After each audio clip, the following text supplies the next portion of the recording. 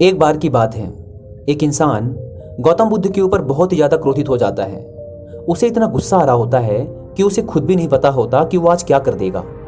उसके गुस्से का कारण ये था कि उसके तीनों ही बेटे गौतम बुद्ध की शरण में आ चुके हैं। गौतम बुद्ध के शिष्य बनने के बाद उसके तीनों ही बेटे अपना सारा समय योग, ध्यान और उपदेश आदि में निकाल देते। उस इंसान को इस बात की चिंता होती है कि उसके बाद उसका व्यापार संभालेगा कौन। उसने दिन रात इतनी मेहनत करके ये जो इतना बड़ा व्यापार खड़ा किया है, आखिर उसे कौन आगे बढ़ाएगा। इस बारे में सोचकर वह इतना ज़्यादा क्रोधित हो जाता है कि वो सीधा चला जाता है गौतम बुद्ध के दरबार में। अब जब वो दरबार में पहुंचता है तो उसकी नज़र जाती है गौतम बुद्ध की तरफ। गौतम बुद्ध का शांति से भरा चेहरा देखकर उसका आधा गुस्सा तो वहीं शांत हो जाता है। पर क्योंकि वो घर से तो सोच के आया था कि आज वो कुछ ना कुछ तो करेगा, आज वो गौतम बुद्ध को सबक सिखाकर ही आएगा, तो वो चला जाता है गौतम बुद्ध के सामने। पर गौतम बुद्ध तो ध्यान कर रहे होते हैं, उनकी आंखें तो बंद होती हैं, इसलिए वो उनके सामने जाकर खड़ा हो जाता है। अब उसे अंदर से गुस्सा आ रहा होता है, लेकिन उसे ये नहीं सूझ रहा था कि वो अब क्या करे। जब थोड़ी देर तक उसे ये नहीं समझ आया कि वो गौतम बुद्ध के साथ क्या करे, तो वो गुस्से में आकर उनके मुंह पर थूक देता है। अब वो इंसान गौतम बुद्ध के मुंह पर तो थूक देता है, लेकिन उनके आसपास गौतम बुद्ध के जो शिष्य खड़े होते हैं वो ये सब देखकर आग बबूला हो जाते हैं कि हमारे गुरु के मुंह पर थूक दिया, इसकी इतनी हिम्मत है, कौन ही आदमी जिसने इतनी बड़ी हरकत कर दी। अब गौतम बुद्ध धीरे धीरे अपनी आंखें खोलते हैं और वो कुछ भी रिएक्शन नहीं देते, बल्कि इसकी जगह वो मुस्कुरा रहे होते हैं। अब वो इंसान क्या देखता है? वो देखता है गौतम बुद्ध का मुस्कुराता हुआ चेहरा। अब वो इंसान इंतजार कर रहा होता है कि गौतम बुद्ध कुछ बोलेंगे, उनके शिष्य कुछ बोलेंगे, पर गौतम बुद्ध तो कुछ भी नहीं बोलते और उनके शिष्यों की भी यह मजाल नहीं है कि वो गौतम बुद्ध के सामने किसी पर गुस्सा कर सकें। अब वो इंसान काफ़ी देर तक खड़ा खड़ा यह सोचता रहता है कि कोई कुछ बोलेगा, कोई कुछ तो बोलेगा, लेकिन कोई कुछ नहीं बोलता और गौतम बुद्ध भी बस उसकी तरफ देखकर शांति से मुस्कुराते रहते हैं। जब कोई कुछ नहीं बोलता तो वो गुस्से में वहाँ से अपने घर आ जाता है। अब घर आने के बाद उसके दिमाग में केवल गौतम बुद्ध का मुस्कुराता हुआ चेहरा ही घूमता रहता है और जब रात होती है तो उसे नींद ही नहीं आती। अब उसे पश्चाताप होना शुरू हो जाता है कि आज मैंने एक बहुत ही बड़ा अपराध कर दिया। वो तो एक महात्मा है और मैंने महात्मा के मुंह पर थूक दिया।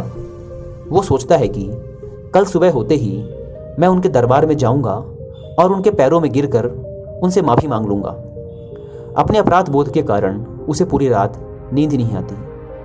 अगली सुबह होते ही वह निकल पड़ता है उस जगह के लिए जहाँ कल उसने गौतम बुद्ध के मुंह पर थूका था। वहाँ जाकर वो देखता है कि ना तो वहाँ गौतम बुद्ध थे और ना ही उनका शिष्य समुदाय। वो पूछते पूछते उस गांव में पहुँच जाता है जहाँ आज गौतम बुद्ध का नया दरबार लगा हुआ था। जब वो गौतम बुद्ध के चरणों में गिरकर उनसे माफ़ी मांगता है तो बुद्ध दोबारा अपनी आंखें खोलते हैं। पर अब जो गौतम बुद्ध बोलते हैं उसे सुनकर सारे शिष्य हैरान रह जाते हैं कि गौतम बुद्ध ने ऐसा बोल दिया। गौतम बुद्ध बोलते हैं कि भाई मैं तुझे माफ़ नहीं कर सकता। और वो इंसान बोलता है, महाराज मुझे माफ़ कर दीजिए, मुझसे बहुत बड़ी गलती हो गई, मुझे पूरी ज़िंदगी पछतावा रहेगा अपनी इस गलती का, आप कृपया करके मुझे माफ़ कर दीजिए।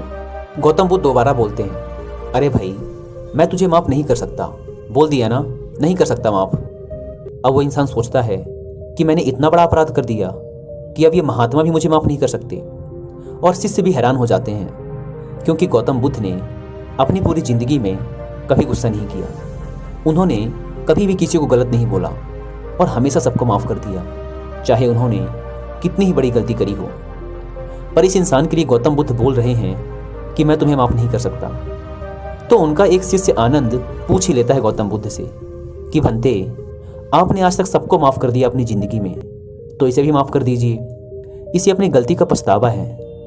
तो गौतम बुद्ध बोलते हैं कि मैं इसे कैसे माफ़ कर सकता हूँ, जब इसने कोई गलती करी ही नहीं तो किस बात की माफ़ी। अब वो इंसान बोलता है, अरे प्रभु, मैं कल आया था आपके दरबार में जब आप ध्यान कर रहे थे और मुझसे एक बहुत बड़ी गलती हो गई थी कि मैंने गुस्से में आपके मुंह पर थूक दिया था। तो गौतम बुद्ध बोलते हैं कि भाई फिलहाल तो अभी वो इंसान मुझे दिख नहीं रहा, जब वो इंसान मेरे सामने आएगा तो मैं उसे बोल दूंगा कि कोई आया था माफ़ी मांगने तुम्हारे लिए। अब वो इंसान हैरान हो जाता है कि मैंने इतनी बड़ी गलती करी और गौतम बुद्ध बोल रहे हैं कि मैंने कुछ भी नहीं किया, फिर गौतम बुद्ध बोलते हैं, आज जो इंसान मेरे सामने आया है उसने कुछ गलत नहीं किया। वह इंसान जिसने गलत किया था वो अब जा चुका है। जब वो इंसान मुझे मिलेगा तो मैं बोल दूंगा कि कोई इंसान आया था तुम्हारे लिए माफ़ी मांगने। अब वो इंसान जिसने मुंह पर थूका था वो इतना हैरान रह जाता है यह सोचकर कि जब गौतम बुद्ध ने उसे माफ़ किया तो उसे उसकी गलती का एहसास भी नहीं करवाया। क्या हम भी अपनी ज़िंदगी में लोगों को इस तरह से माफ़ करते हैं? बिल्कुल नहीं। जब हम किसी को माफ़ करते हैं तो उससे बोलते हैं जा माफ़ किया तुझे, हम एहसान दिखाते हैं। पर अगर हम माफ़ करना सीखें तो हम सबको सीखना चाहिए गौतम बुद्ध से कि जब वो किसी को माफ़ करते हैं तो उसे उसकी गलती का पछतावा भी नहीं करवाते। पर अगर हम सामने वाले को बार बार यह एहसान दिखाते हैं कि तूने कुछ गलत किया था मैंने तुझे माफ़ कर दिया, तूने कुछ गलत किया था मैंने तुझे माफ़ कर दिया, तो यहाँ ना केवल हम सामने वाले को परेशान कर रहे हैं बल्कि हम अपने दिमाग पर भी उसकी गलतियों को बार बार दोहरा रहे होते हैं, जिससे परेशान हम खुद भी होंगे।